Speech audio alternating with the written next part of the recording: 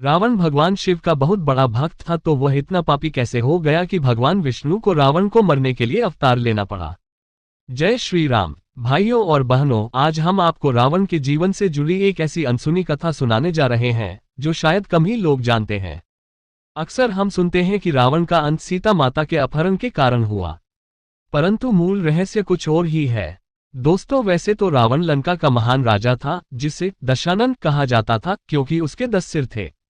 ये 10 सिर उसके अद्वितीय ज्ञान और बुद्धिमत्ता के प्रतीक थे।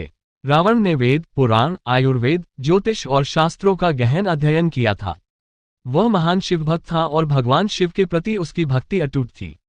उसकी विद्वत्ता और संगीत के प्रति लगाव ने उसे एक असाधारण राजा बनाया था।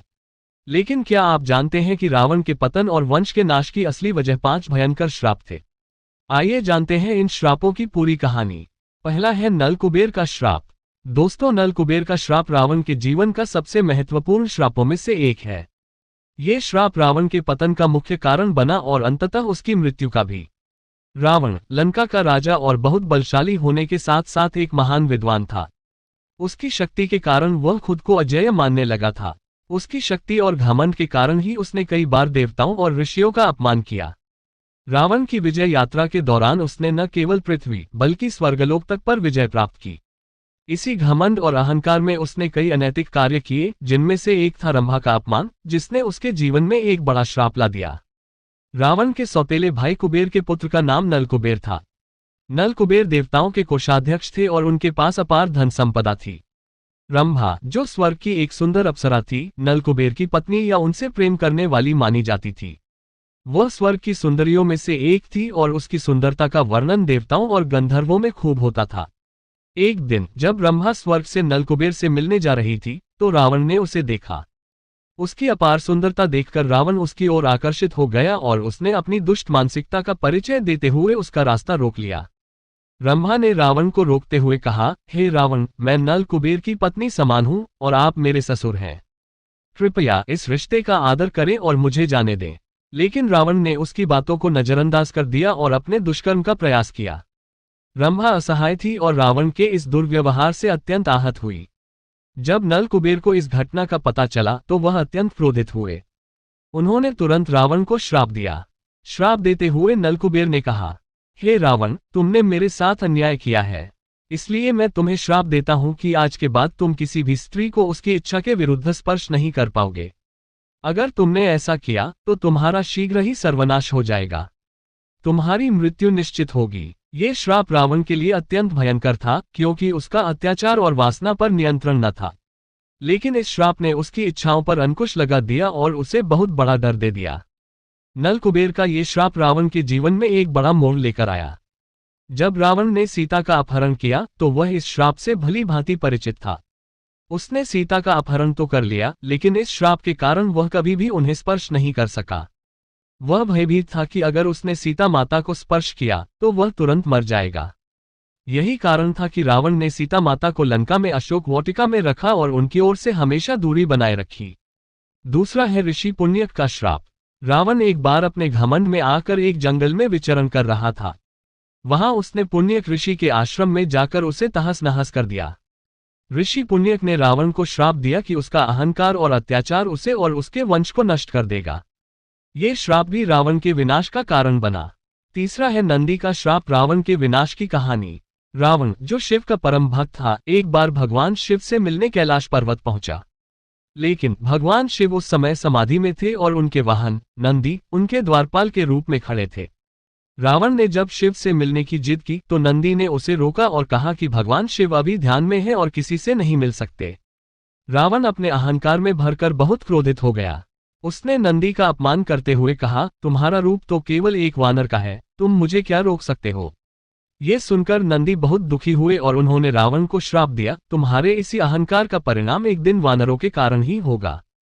वानर सेना ही तुम्हारे विनाश का कारण बनेगी। नंदी के इस श्राप को रावण ने हल्के में लिया, लेकिन समय के साथ नंदी का श्राप सच साबित हुआ। जब भगवान राम ने रावण पर आक्रमण किया तब वानर सेना ने रावण की लंका को घेर लिया और उसका विनाश कर दिया। अंततः भगवान राम ने रावण का वध कर उसके घमंड का अंत कर दिया। इस प्रकार नंदी के श्राप ने रावण के विनाश में अहम भूमिका निभाई। चौथा है माता वेदवती का श्राप। माता वेदवती एक तपस्विनी थी जो भगवान विष्णु को पति रूप में प्राप्त करने के लिए कठोर तप कर रही थी। वे अत्यंत सुंदर और वेदवान थी।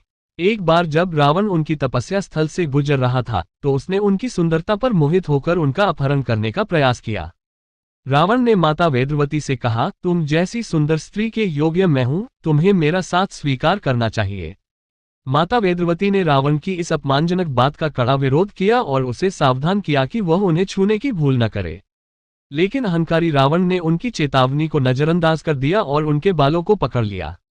इस पर माता वेदवती ने क्रोधित होकर स्वयं को योगाग्नि में समर्पित कर दिया और रावण को श्राप दिया कि एक स्त्री के कारण उसकी मृत्यु होगी।